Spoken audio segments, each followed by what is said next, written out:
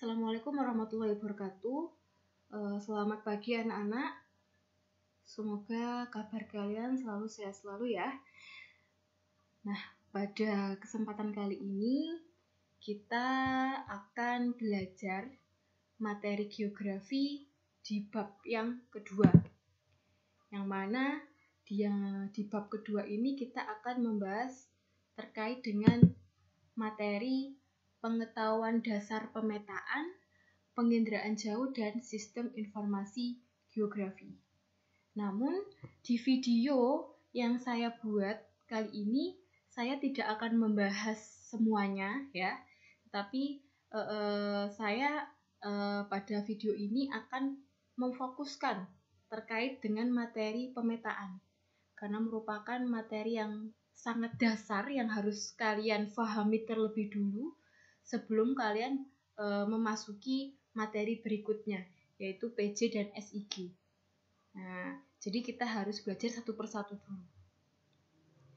Karena materi PJ sama SIG nanti pun juga berkaitan dengan materi dasarnya. Jadi harus paham dulu materi awalnya. Ya. Nah, secara garis besar ya, ini ya, dalam bab yang kedua ini ada 3 materi, yang mana 3 materi ini ya saya buatkan terkait dengan peta konsepnya agar kalian tahu materi apa saja yang akan kita bahas bersama. Nah, yang mana di materi yang pertama ya tentang peta, kita akan membahas definisi peta, lalu jenis peta dan penggunaannya, unsur-unsur peta, dan proyeksi peta. Lalu selanjutnya di bagian PJ, submateri yang akan kita bahas bersama yaitu terkait dengan definisinya, komponennya, jenis-jenis citra, dan keterampilan menginterpretasi citra. Dan materi yang terakhir ya, ada SIG, yang mana materi submateri yang akan kita bahas itu terkait dengan definisi, lalu pengelolaan, dan komponen yang ada dalam sistem SIG.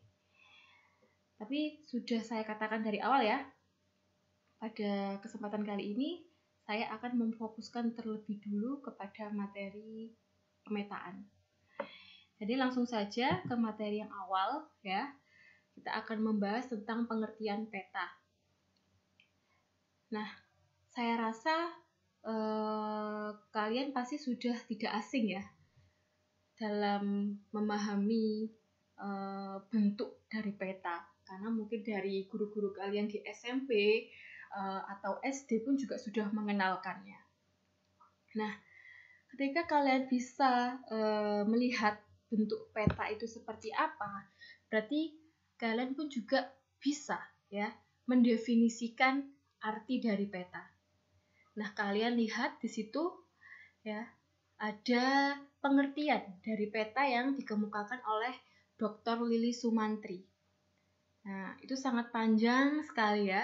Tetapi pada intinya ya, secara garis besar, pengertian dari peta itu merupakan gambaran dari fenomena yang ada di permukaan bumi yang disajikan dalam bidang datar dan diperkecil dengan menggunakan skala.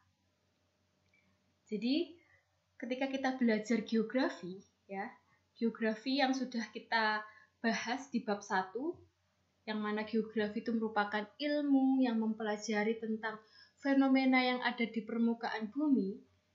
Nah, itu tidak akan terlepas dari penggunaan peta. Karena ketika kita mempelajari fenomena yang ada di permukaan bumi, itu pastinya sangat luas, ya kan? Sangat besar bumi ini. Maka kita sebagai manusia ketika kita akan mempelajari pasti memiliki keterbatasan ya kemampuannya, karena kita tidak bisa menjangkau satu persatu dari wilayah yang ada di permukaan bumi ini. Maka peta inilah yang menjadi alat bantu untuk apa? Untuk memberikan informasi terkait dengan apa saja atau fenomena apa saja yang ada dalam muka bumi tanpa harus kita ke wilayah itu. ya. Jadi kita tidak perlu untuk langsung menuju ke lapangannya ya, untuk mengobservasi. Oh, semisal nih ya, kita pengen mengetahui wilayah di daerah Probolinggo. Kita nggak perlu tuh langsung ke Probolinggonya, tapi kita cukup menggunakan peta untuk melihat, oh, di Probolinggo itu ternyata terdapat fenomena alam seperti Gunung Bromo, ada pantainya. Nah, seperti itu. Jadi kita tahu informasi yang ada di Kota Probolinggo, tetapi kita tidak perlu apa? Tidak perlu mengunjunginya langsung gitu loh. Nah, itu ya. Dan juga jangan lupa skala ya. Ketika kita itu berbicara fenomena yang ada di permukaan bumi itu kan sangat luas ya. Otomatis ketika dalam memindahkannya di bidang datar, kita tidak bisa dong ya, nggak bisa kita menampilkan luas aslinya ya, atau jarak aslinya. Otomatis agar informasi yang kita sampaikan itu bisa termuat ya di dalam peta, maka harus diperkecil dengan skala. Nah, walaupun diperkecil, tetapi juga harus sama ya. Jadi walaupun ukurannya diperkecil, tetapi di lokasi sebenarnya itu tidak ada perubahan ya. Lalu selanjutnya ini terkait dengan apa saja hal-hal yang penting terkait dengan peta. Karena dalam pembuatan peta itu pastinya tidak sembarangan ya. Yang mana 3 hal tersebut itu meliputi ada pemilihan fenomena yang dianggap penting ya. Jadi misalnya kita akan membahas tentang fenomena yang ada di daerah Jawa Timur nih ya, karena ini kan saya berikan contohnya peta Jawa Timur. Maka apa saja sih yang ada di dalam wilayah Jawa Timur itu? Oh, ternyata di Jawa Timur itu meliputi beberapa kota ya. Yang mana selain beberapa kota juga ada kenampakan alam. Nah, kenampakan alam ini nantinya bisalah digunakan untuk dikembangkan mungkin potensinya terkait dengan wisata ya kan, lalu terkait dengan sumber daya alam. Nah, jadi ada pemilihan fenomena yang dianggap penting ketika dalam membuat peta itu. Lalu yang kedua ada proses pemindahan bentuk muka bumi dalam bidang datar. Yang jelas ya kan, karena ada proses ya. Kan bentuk muka bumi itu kan beragam, ada yang membentuk gunung, ada yang membentuk lautan, ya kan. Otomatis ketika dipindahkan ke dalam bidang datar, kita tidak bisa menggambarkan sesuai dengan bentuk aslinya.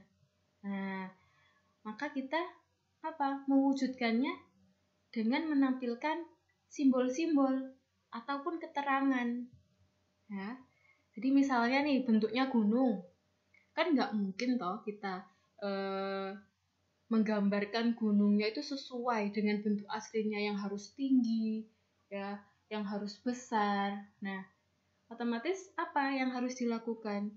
Yaitu memberikan simbol atau tanda ya, yang mana walaupun tidak digambarkan sesuai dengan bentuk aslinya, tetapi dengan menggunakan simbol ataupun keterangan, kita bisa tahu, oh, di sini tuh ada gunung, oh di sini tuh ada laut. Nah, seperti itu. Jadi ada proses pemindahan bentuknya. Dan yang ketiga, yang sudah saya katakan tadi ya, peta itu tidak akan terlepas dari yang namanya skala. Ya. Jadi ada proses pengecilan ukuran jarak sebenarnya menggunakan skala peta. Karena tujuannya apa? Untuk mengecilkan jarak sebenarnya.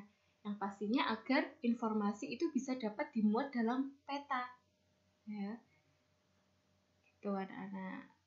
Saya rasa pengertian peta ini masih bisa untuk mudah dipahami ya.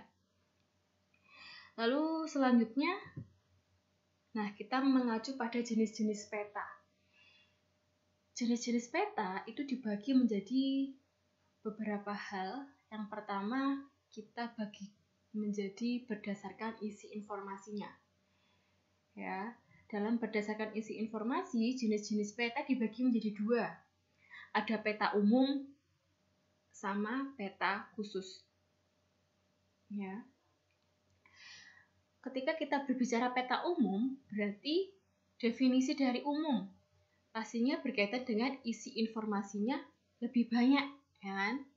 Karena menampilkan secara semuanya. Ya. Contohnya seperti apa? Ya seperti yang sudah kalian ketahui, macam-macamnya. Ada peta korografi atau nama lain dari atlas, ya, yang mana petanya itu menampilkan permukaan seluruh atau sebagian permukaan bumi secara umum. Jadi kamu bisa melihat beberapa peta seperti peta Jawa Timur, peta Provinsi Bali, peta Kalimantan, ya kan? Berarti dalam satu buku itu kamu sudah mendapatkan informasi terkait dengan beberapa wilayah. Lalu yang kedua ada peta topografi. Nah, peta topografi ini berkaitan dengan bentuk dari permukaan bumi atau reliefnya. Nah, peta topografi ini contohnya adalah peta kontur. Yang ketiga ada peta dunia. Yang mana peta dunia itu pastinya informasinya jauh lebih banyak ya. Karena apa? Karena dia bisa menampilkan satu peta ya dengan informasi yang sangat beragam. Kamu bisa lihat itu gambarnya. Gambarnya ya. Gambarnya ini peta dunia. Dengan satu peta kamu bisa melihat ada beberapa lagi, ada banyak informasi yang bisa kalian dapatkan di sini. Bisa kamu lihat ada benua Asia, ada benua Amerika, ada Indonesia, ya kan? Dengan hanya menggunakan satu peta. Itu ya, itu adalah peta umum. Nah, terkait dengan peta kontur ya, atau disebut dengan peta topografi. Nah, ini saya memberikan contoh terkait dengan peta topografi. Peta topografi itu terkait dengan peta kontur. Jadi kontur itu seperti ini, ya. Jadi bentuk petanya itu cenderung timbul. Karena apa? Karena dia menggambarkan ketinggian permukaan bumi. Ketinggian bisa, kemiringan bisa, ya. Jadi ini biasanya terkait dengan kita tahu tanahnya, ya, lahannya. Nah, ini ciri-ciri peta garis kontur ya. Saya memberikan contoh peta kontur Gunung Merapi. Nah, kamu bisa lihat itu. Kontur dari gunung itu ternyata ketika disajikan dalam bidang datar, bentuknya seperti ini. Nah, ini terkait dengan ketinggian dan juga kemiringan dari lahan ya. Lahan atau tanah yang ada di sekitar daerah Gunung Merapi.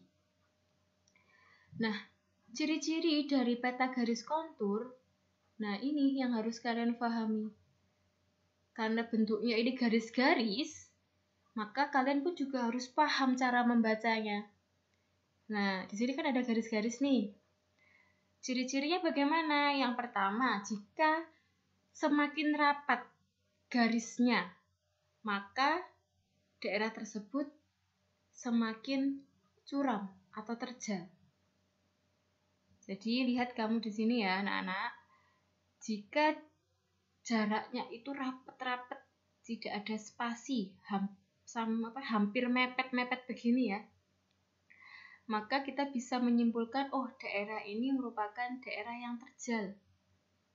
Ya. Atau bisa kalau kalian bingung terjal itu bagaimana, kamu lihat itu daerah gunung itu kan banyak jurang-jurangnya tuh. Nah, itu terjal itu. Tapi kalau mengarah pada garisnya itu semakin renggang atau semakin jauh jaraknya, maka daerah tersebut dapat diidentifikasi daerahnya landai atau relatif datar. Ya. Ya biasanya itu kan kalau semakin jauh dari gunung, ya kan, itu sudah terjalnya itu sudah nggak kerasa, ya, sudah mengacu pada daerah yang sudah landai atau datar. Lalu jika ditemui garis kontur yang bergerigi, menandakan daerah tersebut lembah atau depresi. Bergerigi itu yang mana sih? Ini loh, yang ini. Yang ini. Nah, ini. Ini merupakan depresi atau lembah. Ini gerigi.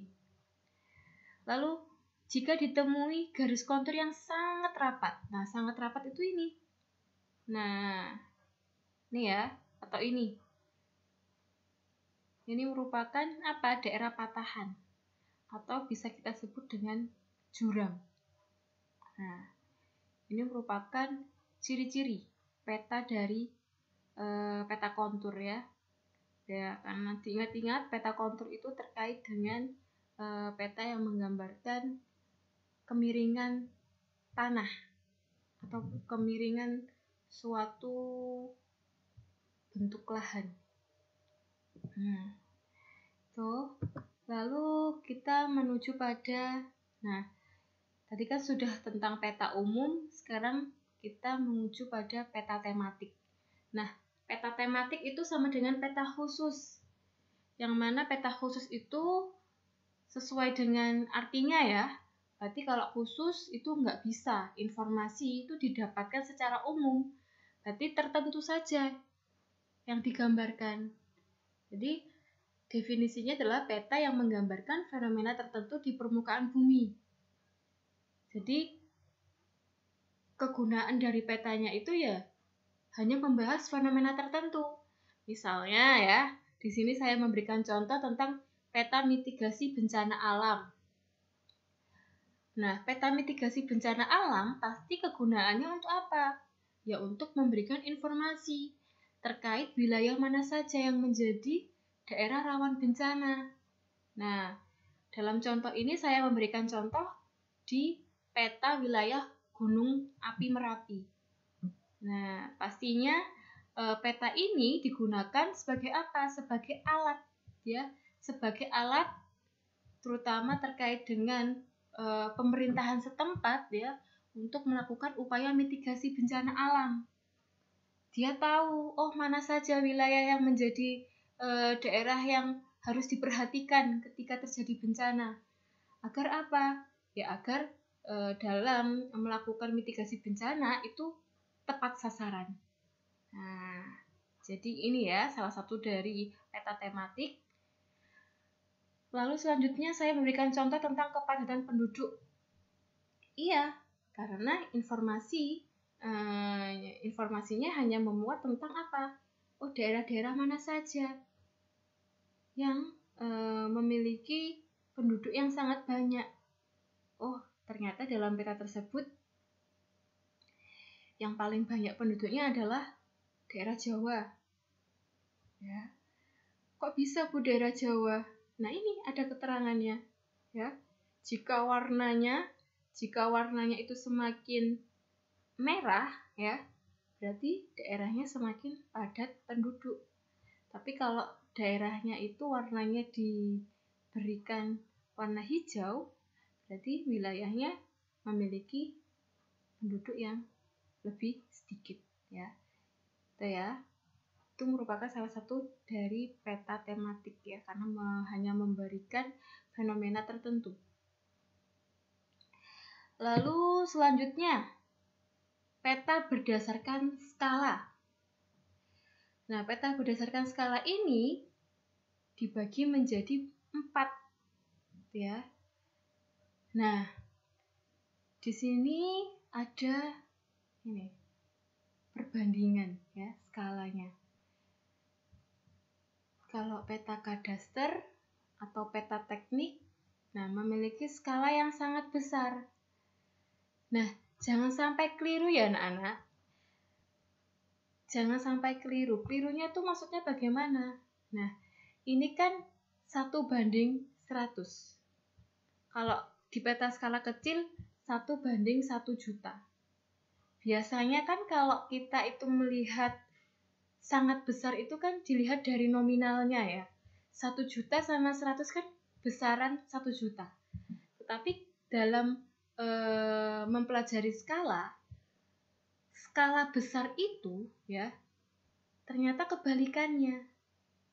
Yang mana nominalnya atau jumlahnya itu seperti ini, 100 ya. Jadi kayak terbalik gitu loh.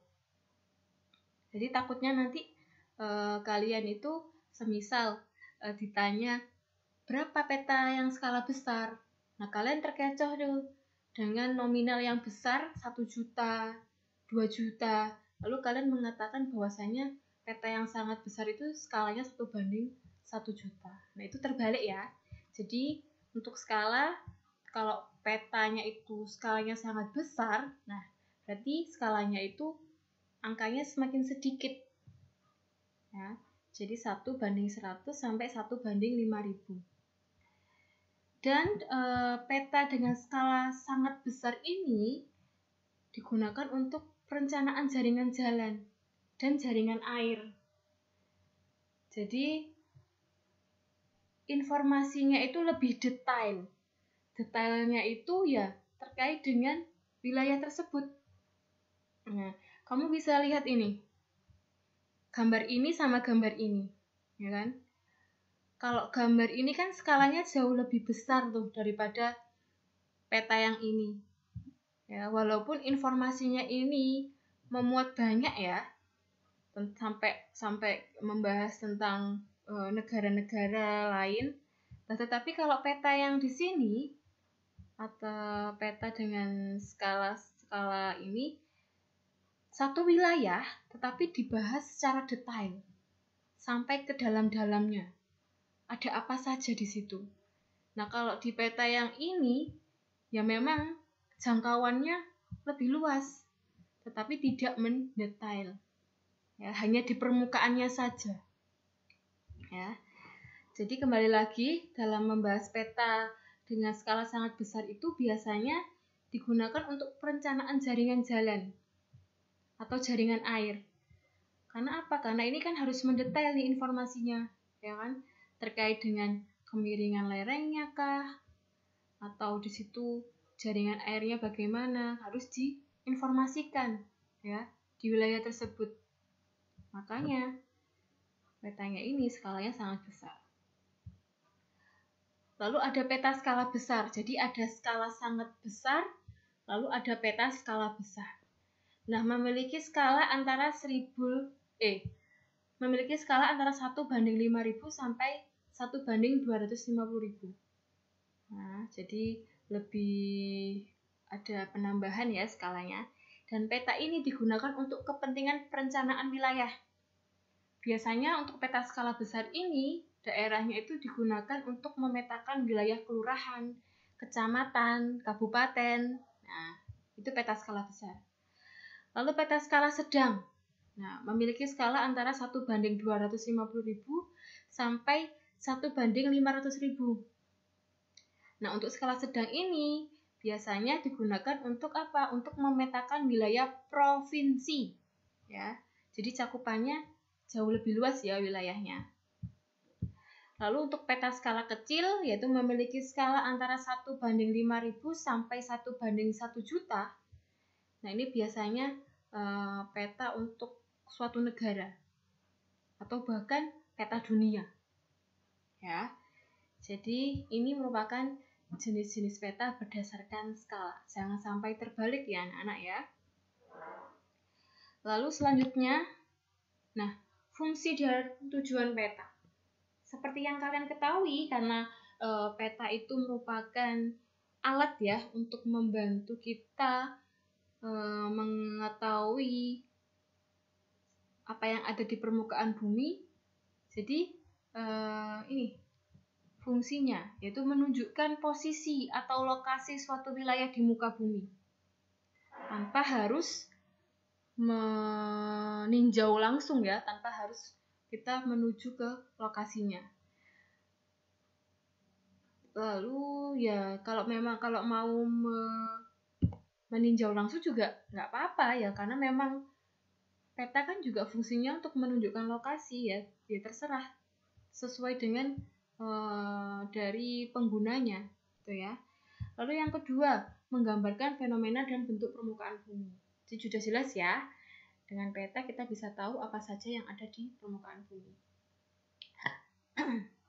Lalu yang ketiga terkait dengan memperlihatkan ukuran luas daerah dan jarak di permukaan bumi. Jadi kita bisa mengira-ngira ya antara lokasi di peta dengan lokasi yang ada di aslinya ya. Oh, semisal di peta itu antara kota Sidoarjo sama kota Surabaya itu di peta jaraknya 1 cm. Oh, kalau di lokasi aslinya berarti berapa ya? Ya, kita harus menggunakan rumus ya. Kita harus menggunakan rumus dari skala. Nah, itu nanti akan kita bahas di slide selanjutnya. Lalu nomor 4, menyajikan informasi dalam konteks keruangan. Ya, itu adalah fungsi dari peta. Dan tujuannya apa? Nah, tujuannya pasti kita akan dimudahkan ya dengan peta, terutama terkait dengan petunjuk arah dan juga sebagai perencanaan kebijakan. Nah, biasanya ini untuk perencanaan kebijakan ya digunakan untuk instansi atau pemerintah ya dalam mengembangkan suatu wilayah. Pastinya kalau mengembangkan suatu wilayah ya pastinya akan membutuhkan peta agar tahu yang masuk dalam wilayah tersebut itu sampai mana sih, terus potensinya itu ada apa saja. Nah, dengan membaca peta mereka sudah bisa mengetahuinya dan bisa membuat kebijakan yang tepat sasaran.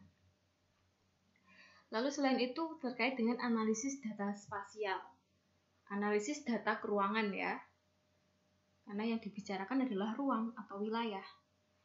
Terus menyimpan informasi dan juga berkomunikasi informasi ruang.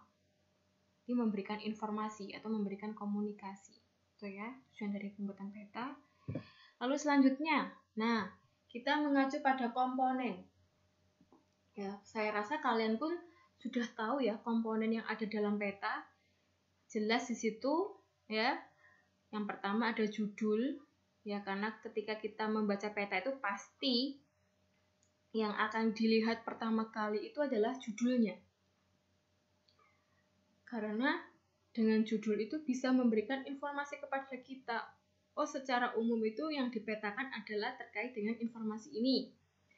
Misalnya tuh di situ ya, dalam contoh itu ada peta kepadatan penduduk kota Surakarta tahun 2009. Jadi otomatis yang ditampilkan informasinya adalah peta kepadatan penduduk di kota Surakarta.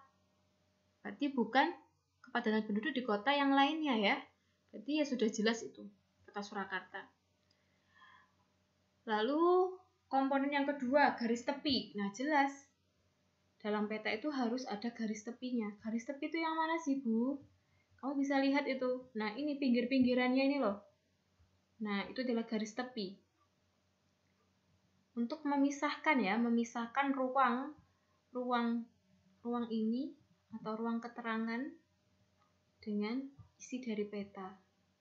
Jadi harus bisa dipisahkan agar tidak tercampur gitu, takutnya nanti bingung. Lalu yang ketiga ada orientasi. Orientasi itu apa, Bu? Ini loh arah mata angin. Nah, jadi kalian itu kalau membuat peta itu jangan lupa untuk menampilkan ini orientasinya. Nah, biasanya idealnya peta itu selalu menunjukkan orientasi arah utara ya. Lalu terkait dengan skala, jelas itu skalanya itu harus diutamakan juga. Nah, di sini skalanya. Jadi peta itu selalu harus ada skala. Nah, skala itu bentuknya macam-macam, ya. Bisa skala pecahan. Contohnya seperti ini, ya. Skalanya. Jadi dimunculkan aja tuh nominalnya, nomornya. Terus ada skala garis. Nah, seperti ini skala garis. Ya. Lalu juga ada skala kalimat. Skala yang dinyatakan dalam bentuk kalimat. Jadi terserah kalian sebagai pembuat peta nantinya itu memberikan skalanya itu dalam bentuk apa. Yang jelas skala itu nantinya itu harus memberikan informasi kepada pembaca, ya, terkait dengan jarak atau luas sebenarnya dengan jarak yang di peta itu tidak boleh berbeda, harus sama perbandingannya. Lalu yang nomor 5 ada legenda. Kalian pasti sudah tahu legenda itu yang mana. Legenda itu yang ini, ya, tempat untuk apa? Untuk mewadahi keterangan atau simbol-simbol yang ada di dalam peta.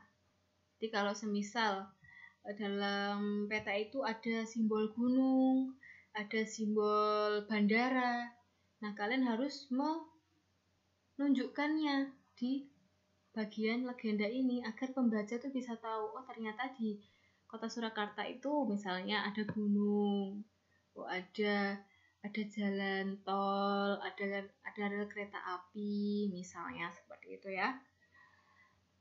Dan penempatan legenda itu harus di bagian pinggir, ya. Jangan sampai legenda itu ada di bagian tengah. Takutnya apa? Takutnya ya pastinya akan menutupi informasi utama terkait dalam peta. Jadi harus diletakkan di pinggir, yang mana tidak menutupi informasi utamanya, ya. Lalu yang nomor ke-6 adalah koordinat. Jelas, koordinat itu juga harus ditampilkan, ya, karena berkaitan dengan letak garis lintang dan garis bujur. Nah, garis lintang sama garis bujur kan kemarin sudah kita bahas bersama, ya. Garis lintang itu berkaitan dengan apa? Yaitu terkait dengan letak absolut, ya. Letak absolut. Dan garis lintang itu fungsinya apa? Sebagai penentu dari keberadaan daerah itu terhadap iklim. Kalau garis bujur terkait dengan waktu, ya. Lalu selanjutnya komponen yang lain ada simbol, ya. Tadi simbol sudah saya jelaskan, ya, yang mana tanda atau keterangan yang digunakan untuk mewakili objek-objek yang ada di dalam peta. Nah, dalam simbol itu juga dibagi menjadi beberapa jenis, ya. Ada simbol titik, simbol garis, simbol area, dan simbol warna. Kalau simbol titik berarti yang seperti apa? Nah, yang seperti ini, ya. Dia lebih kepada menunjukkan lokasi atau tempat. Nah, ini, ya, titik-titik. Nah, atau bentukan, ya, bentukan dari di suatu wilayah itu, ibu kota provinsi. Terus simbol garis. Nah, berarti terkait dengan apa? Penampakan yang digambarkan memanjang. Memanjang itu seperti apa? Jalan, sungai, itu kan pemanjang. Jadi harus diberikan simbol garis agar kita tahu. Lalu simbol area. Area itu terkait dengan kenampakan luas, ya. Biasanya itu terkait dengan kenampakan danau, rawa, hutan, pemukiman. Nah, itu harus digambarkan pada simbol area karena mengacu pada luas, ya. Lalu simbol warna, ya. Pasti di peta itu ada banyak warna, ya, yang digunakan untuk memberikan informasi. Oh, ternyata kalau semisal nih, ya, kita membahas tentang wilayah perairan. Kalau perairannya itu kedalamannya jauh lebih dalam, pasti nanti warnanya jauh lebih lebih gelap dengan disimbolkan warna biru, ya. Lalu kalau perairannya dangkal, berarti warnanya akan jauh lebih terang. Nah, begitu juga dengan wilayah daratan ya. Kalau daratan itu jika wilayah tersebut itu berada di daerah yang tinggi atau di puncak gunung ya, berarti ketinggiannya kan lebih dari 1.500 meter. Nah, pastinya warna yang diberikan akan juga jauh lebih gelap. Ya, biasanya kalau di peta itu menggunakan warna coklat tua. Nah, lalu semakin rendah ya ketinggiannya, nah biasanya disimbolkan dengan warna yang lebih muda. Nah, gitu ya. Tuh, lalu komponen yang berikutnya adalah lettering. Lettering itu terkait dengan penulisan yang bermakna pada peta. Jadi, misalnya di daerah tersebut itu ada danau Toba misalnya. Nah, kita juga harus memberikan namanya ya di situ. Nah, dalam penulisan nama tempat itu, nah itu namanya lettering. Ya. Lalu kalau kalian mau menamai Samudra Indonesia atau Samudra Hindia atau Samudra Pasifik, nah dalam memberikan nama atau tulisan Samudra Hindia atau Samudra Pasifik, nah itu disebut dengan lettering. Ya. Terus warna tadi sudah saya jelaskan ya, itu digunakan untuk menonjolkan perbedaan objek. Bisa kalian baca sendiri ya. Dan juga yang paling penting juga ya yang nggak boleh ketinggalan terkait dengan sumber data dan tahun pembuatan peta. Jadi misalnya ketika kita akan membuat peta rawan bencana gunung meletus tuh ya, berarti kita harus mencantumkan sumber datanya dari mana. Kok kita bisa membuat peta zona kerawanan bencana? Oh, ternyata kita mendapatkannya dari instansi pusat vulkanologi ya, karena berkaitan dengan apa? Terkait dengan instansi yang mengelola terkait dengan pemantauan gunung api. Dan juga jangan lupa tahunnya, karena yang pasti wilayah itu kan akan selalu mengalami perkembangan ya, dan mengalami perkembangan pasti akan terjadi perubahan. Nah, kita juga harus mencantumkan tahunnya agar kita tahu. Kalau semisal kita itu mau memetakan suatu wilayah ya yang up to date, berarti kita harus membutuhkan data yang terbaru, ya kan? Nggak bisa kita mau membuat peta yang up to date tapi kita menggunakan data yang lama. Jadi tahun pembuatan peta itu harus dicantumkan. Ya, seperti itu. Lalu selanjutnya ini tadi ya, terkait dengan toponimi atau lettering ya, tadi sudah saya jelaskan. Terkait dengan penamaan wilayah ya. Jadi kalau kita itu mau menamai wilayah laut misalnya. Nah, kita nggak bisa tuh sembarangan. Nggak bisa sembarangan memberikan nama. Kalau kita mau memberikan nama untuk wilayah perairan, nah ini harus menggunakan kalimat atau huruf ya, huruf kapital semuanya. Ya. Laut Jawa, Laut Indonesia. Lalu letaknya pun juga harus diperhatikan. Ya.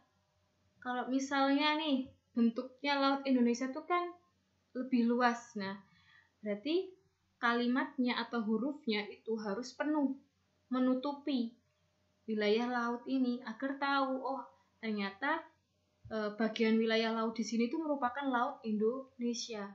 Nah, jadi harus penuh ya, harus menutupi biar informasinya itu jelas. Lalu terkait dengan menamai kota juga ya, terkait provinsi. Batas provinsi juga pakai menggunakan huruf kapital ya. Lalu penamaan tempat, lalu yang ibu kotanya juga ini ya, ibu kotanya ini juga menggunakan huruf kapital, tapi akan berubah menggunakan huruf yang hanya kapitalnya cuma ada di awal kalimat. Nah, ini biasanya kayak kota yang kecil-kecil. yang bukan ibu kota, kayak kabupatennya kah atau desa-desanya. Nah, itu hanya awalnya saja yang huruf besar ya. Jadi kalian harus memperhatikan ini penulisan ya, penulisan dari peta ini. Lalu letaknya pun juga harus diperhatikan ya. Jangan sampai kalau misalnya letaknya Laut Indonesia itu di sini, tapi kalian salah tuh menamainya di sini, yaitu nggak boleh, harus sesuai dengan letaknya ya. Selat Sunda. Nah, di sini ada Selat Sunda tuh ya.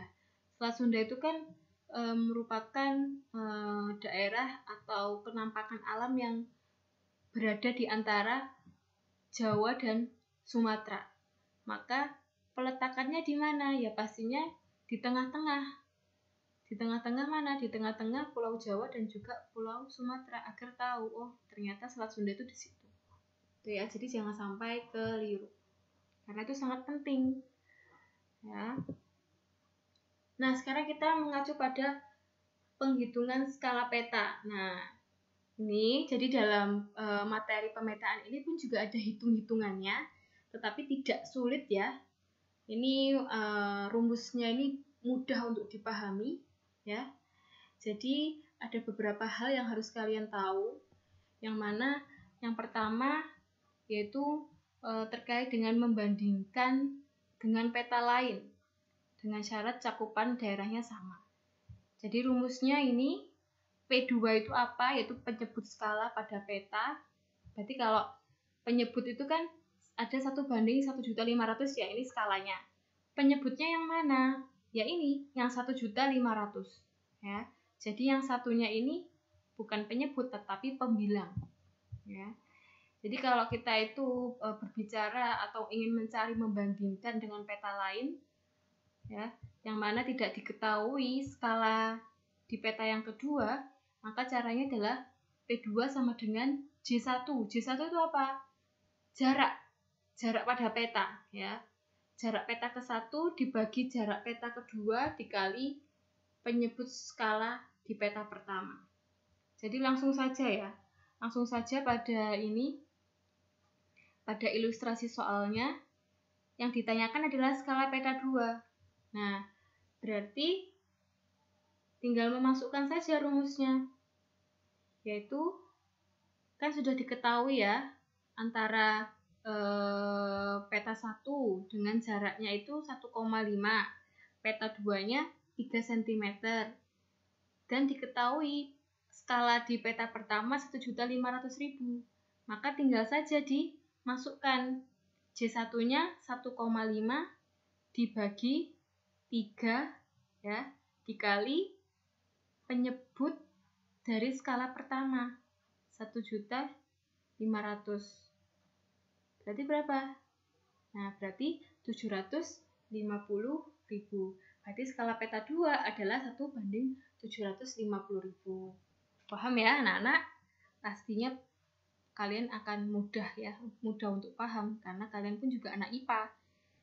Lebih kuat gitu ya hitung-hitungannya. Nah, yang kedua terkait dengan membandingkan suatu jarak horizontal di peta dengan jarak yang mewakilinya di peta. Contohnya, jarak antara X dan Y di peta 8 cm.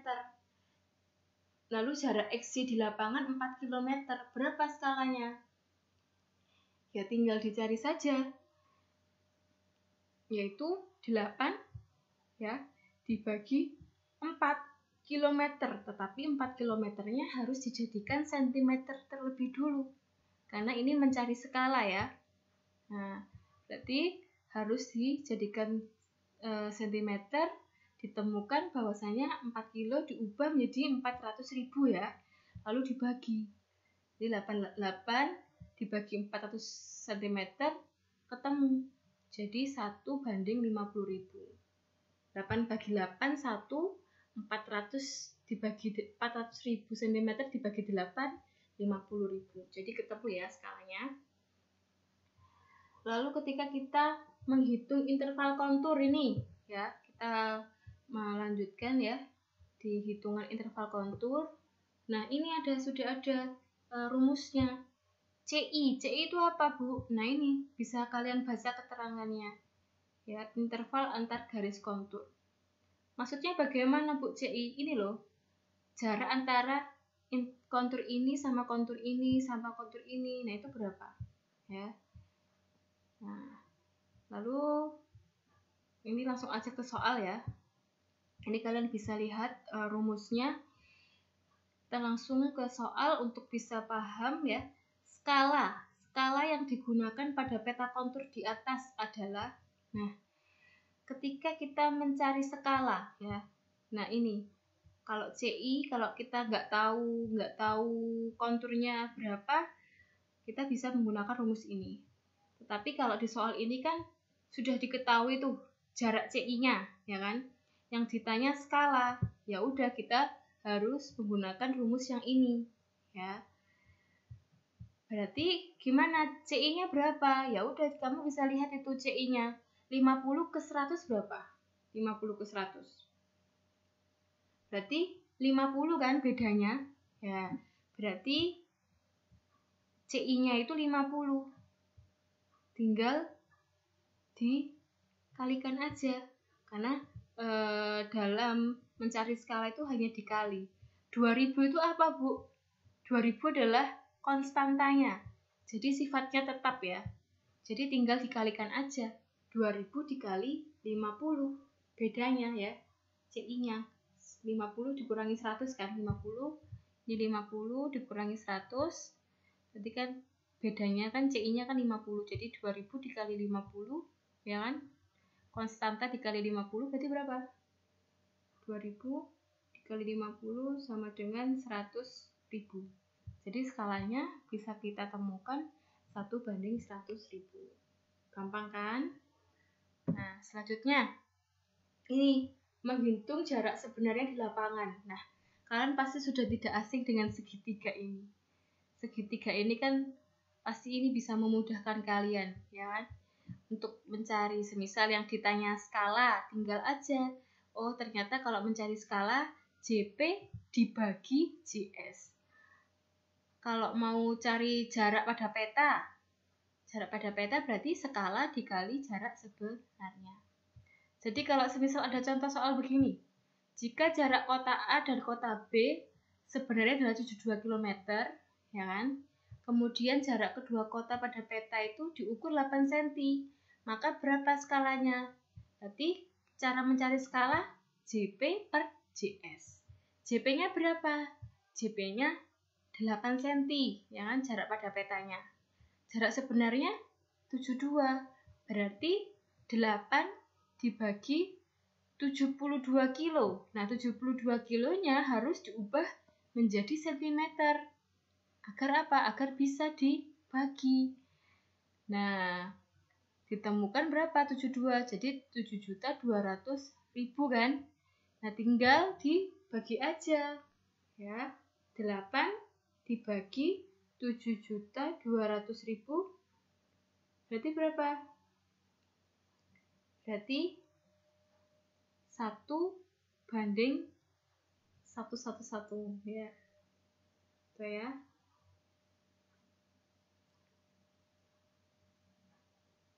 Nah, gampang sekali kalau itu.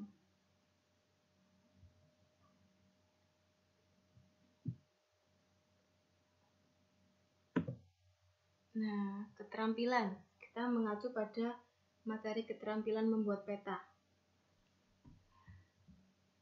Yang pastinya ketika kita dalam membuat peta itu, kita harus membutuhkan datanya ya. Jadi tahap awalnya adalah kita mengumpulkan data, yang mana data itu dibagi menjadi dua. Ada data primer sama data sekunder. Kalau data primer berarti data yang diperoleh dengan survei atau observasi secara langsung di lapangan, melalui pengamatan dan pengukuran. Tapi kalau yang data sekunder, datanya diperoleh dengan observasi secara tidak langsung. Ya. Jadi kita membutuhkan alat bantu. Entah itu peta yang lainnya, ya kan? Atau tentang video atau buku. Nah, pokoknya data yang bisa menunjang informasi. Lalu yang setelah kita mendapatkan data ya, datanya terkumpul, baru kita menuju pada proses tahap pemetaan. Nah, dalam tahap pemetaan ini kita bisa menggunakan cara manual ataupun digital, tetapi biasanya peta yang saat ini ya sudah nggak menggunakan manual lagi, tapi sudah menggunakan komputer. Nah, kalau manualnya ya seperti kalau kalian disuruh memetakan dengan pakai pensil di kertas gambar, nah itu adalah tahap pemetaan secara manual.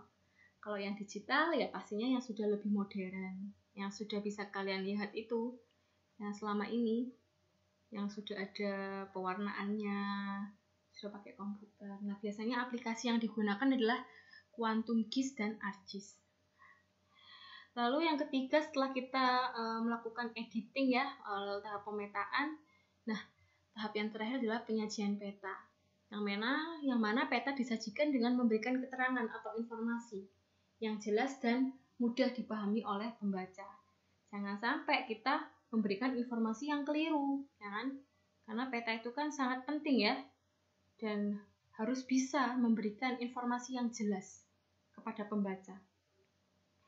Dan syarat pembuatan peta yang baik, yang pastinya yaitu bentuk daerah yang digambarkan harus sesuai dengan keadaan sebenarnya di lapangan.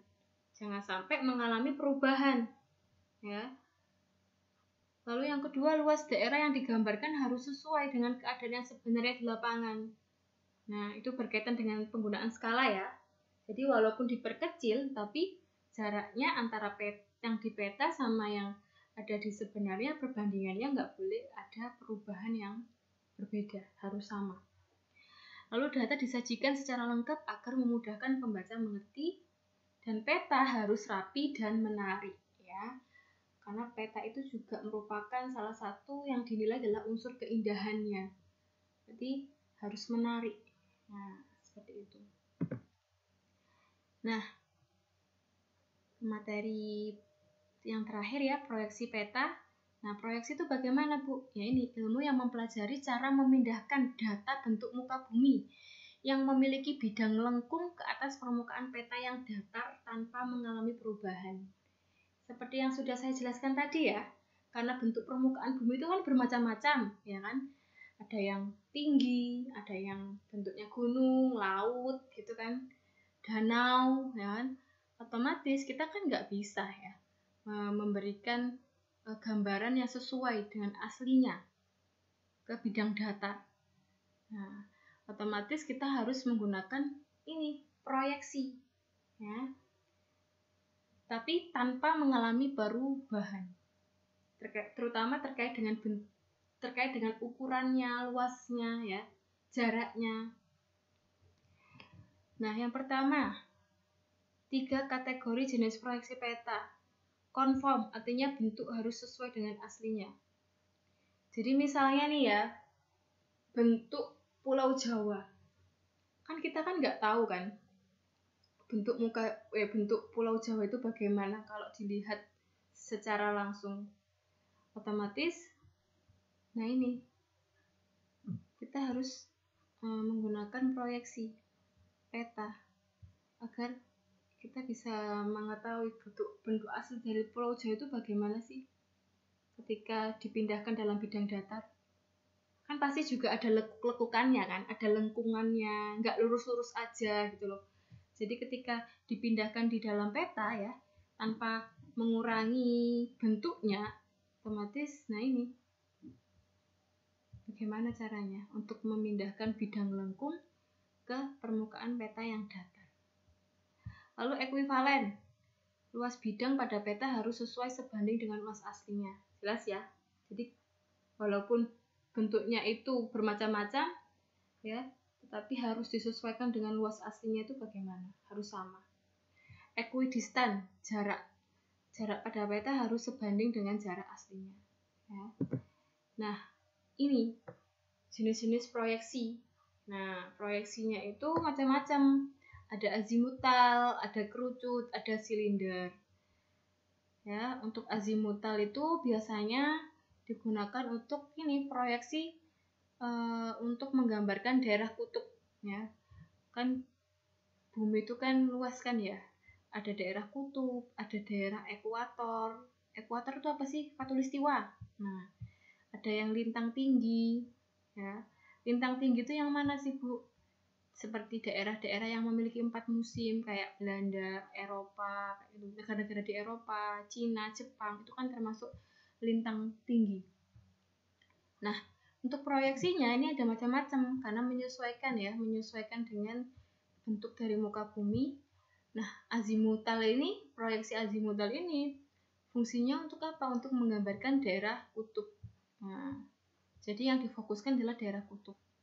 Lalu kalau kerucut ini digunakan untuk menggambarkan daerah lintang tinggi atau biasanya di negara-negara yang ada 4 musimnya, ada Amerika, Eropa, Australia.